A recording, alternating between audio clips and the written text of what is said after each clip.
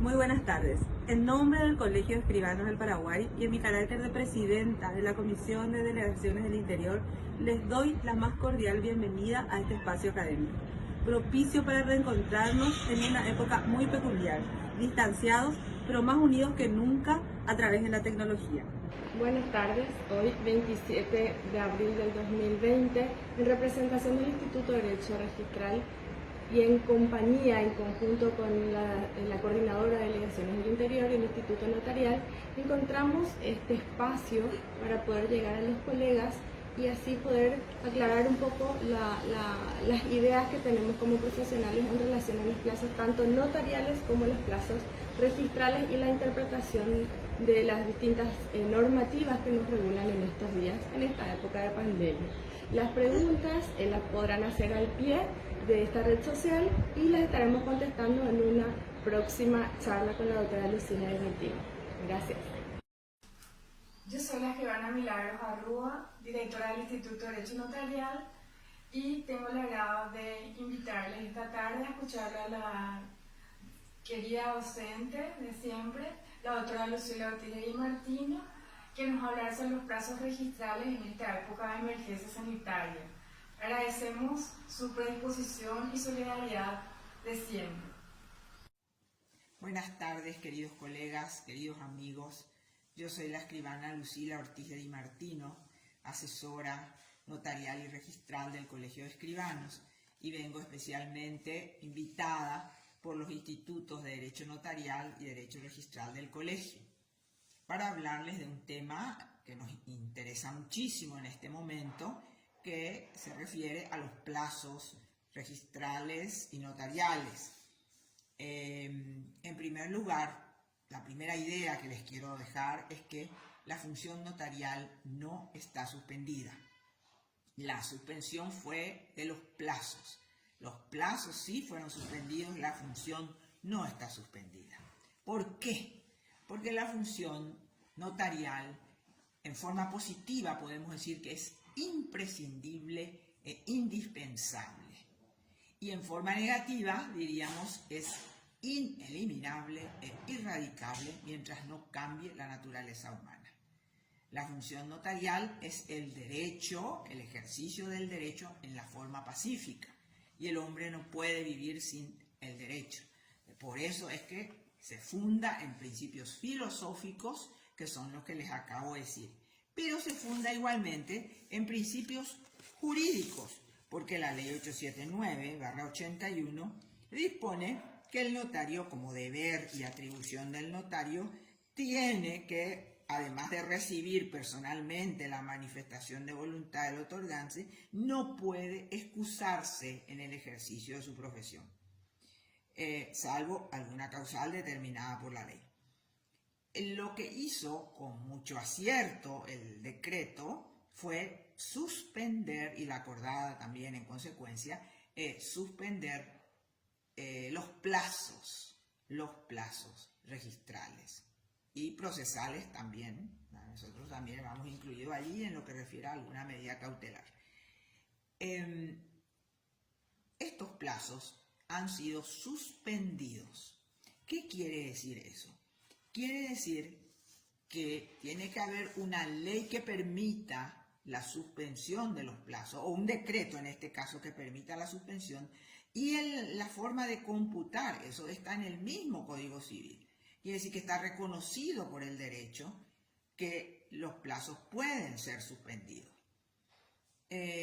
¿Cómo funciona? El artículo 646 del Código Civil dispone que los plazos que corrieron permanecen firmes y que los plazos que continúan después de la suspensión tienen que unirse, adherirse a los plazos que ya corrieron.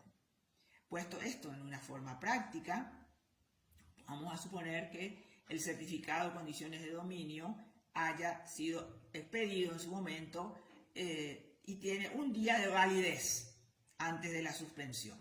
Se suspenden los plazos y se rehabilita otra vez, se rehabilitan los plazos, pero a ser agregado a ese un día.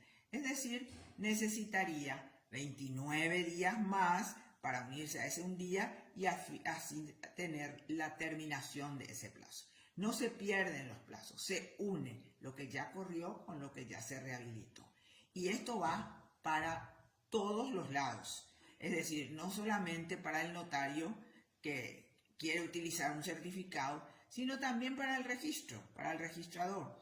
El registrador, como aplicador del derecho, sabe perfectamente, conoce cómo se cuentan los plazos y además el notario no puede exigirle al registrador, por ejemplo, hacerle un urgimiento para que le expida a los 10 días, puesto que esos 10 días quedaron paralizados en el caso de los certificados, o a los 20 en el caso de las inscripciones de títulos, porque también quedaron inhabilitados en esos días de suspensión. Es decir, la duración de los plazos juega tanto del lado del que pide la inscripción como del lado del que la concede, como del lado del registro. Yo pienso que no hay ningún problema porque tenemos que tener en cuenta que la escritura tiene que ser autorizada durante el plazo de vigencia. Pero puede, y ahí tenemos algunas dificultades, llegar al registro cuando ya el plazo de vigencia de los certificados ha caducado, por algunos motivos que vamos a exponer enseguida. Con lo cual, llega al registro tarde, como se dice, pero por caso fortuito o por fuerza mayor. Y en ese caso, por justicia, no debería castigarse al que llegó tarde. ¿Cuáles son los casos? Ustedes me van a preguntar. Y realmente hay algunos que pueden ser muy serios. Pónganse en el caso de los gestores, cuyos carnets de gestoría haya caducado, haya vencido durante la cuarentena. El primer día hábil que se reanude el registro, a ese gestor le va a ser un poco difícil tener habilitado su carnet y va a encontrarse imposibilitado de hacer las actividades por el notario que lo ha contratado, con perjuicio probable, puede producir, puede que no, para no solo el notario, que es el responsable de la inscripción porque asumió esa obligación, sino también con perjuicio de las partes que no tienen nada que ver en el asunto. Otro tema que podemos mirar de los gestores es el de, además de los gestores, las oficinas administrativas previas. ¿Qué quiere decir eso? Que aunque nuestra escritura ya esté habilitada para ingresar al registro, necesitamos que estén al día ciertas obligaciones tributarias, que son el pago del impuesto a la transferencia en la municipalidad y también en los municipios del interior, que tenemos la oficina de OPASI para la inmensa mayoría, para la casi totalidad de los municipios del interior. Entonces, imagínense que se abran las oficinas, va a ser un poco difícil que se cumplan todas estas funciones administrativas previas y lleguemos a tiempo a la hora de inscribir nuestra escritura. Otro problema que puede presentarse es la edad y otro el orden alfabético del apellido. La edad, el escribano pudo haberle dado a otro escribano autorización para que cualquiera de los dos pueda presentar y retirar documentos del registro. Pero resulta que los dos, el escribano que otorgó y el escribano a quien se le habilitó, tienen más de 60 años y el registro les impide el ingreso. Es un peligro porque es una causal de fuerza mayor, caso fortuito, y puede no permitírsele la entrada y el notario entonces va a perder su derecho de preferencia. Y en cuanto a los apellidos, si el registro mantiene el orden alfabético de los apellidos, puede producir también una lesión, un daño impensable, pero que habría que proponer, habría que pensar. Por ejemplo, si el escribano tiene un apellido O, va a estar habilitado los días jueves. Pero ¿qué pasa si ese escribano de apellido O tiene que ingresar su escritura sí o sí el lunes o el martes o el miércoles, porque si no le vence su certificado. No va a poder porque el apellido no le habilita. Entonces puede entrar un embargo, puede entrar una medida preferente, una medida cautelar preferente, y va a entrar con la prioridad directa, diríamos así. Entonces, estos temas nosotros dejamos a nuestras autoridades y pedimos, solicitamos que puedan solucionarse cuando se abran los registros. El tema de los gestores, el tema de las oficinas administrativas previas, el tema de la edad de más de 60 años y el tema del orden alfabético del apellido. Finalmente, les quiero hacer una recomendación. No pensemos que nuestra función notarial termina única y exclusivamente cuando la escritura se autoriza, se inscribe y le entregamos al requirente, le entregamos su título. No, la escritura sobrevive el tiempo, ya decía el escribano Alfieri eso. Las nuevas generaciones llega a las nuevas generaciones. Entonces, como llega a las nuevas generaciones, supónganse en una escritura que tiene una antigüedad de 10, 20, 30 años, ¿por qué no? Nunca se movió y ahora se quiere hacer una transferencia y se pide un crédito bancario en base a esa escritura. Les pongo un ejemplo porque a lo mejor así es más fácil de entender. ¿Qué va a decir el banco? Que el banco estudia todo el historial de la finca, se va a encontrar con que hay una escritura, la última, que fue otorgada fuera del plazo del certificado. Y va a decir, pero Dios mío, entró con certificado vencido,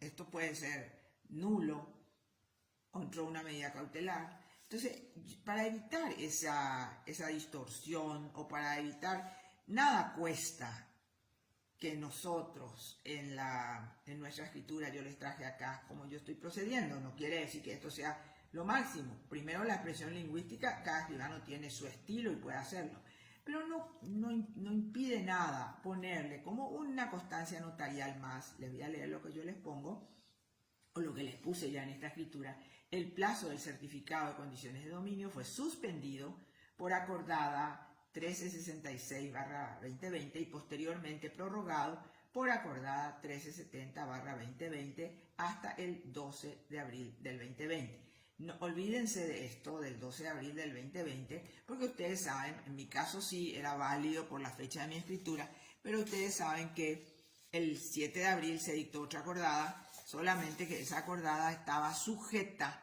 tenía una condición suspensiva, siempre que iba a entrar en vigencia siempre que las autoridades sanitarias no prorrogasen la cuarentena. Entonces, recomendación, puede utilizar si se quiere, si no se quiere tampoco es obligatorio, no estamos obligados a poner lo que la ley no nos manda, pero podemos poner una cláusula explicativa que pueda llegar a explicar lo que sucedió en el año 2020 por si a alguien se le haya olvidado. Estoy a completa disposición de ustedes a través del colegio para que hagan las preguntas que crean convenientes, que necesiten. Les agradezco la atención y espero que alguna vez podamos vernos directamente y no solamente a través de este medio que es muy útil, por cierto, pero que no va a reemplazar nunca haber recibido personalmente la manifestación de voluntad, como dice nuestra sabia ley 879. Gracias.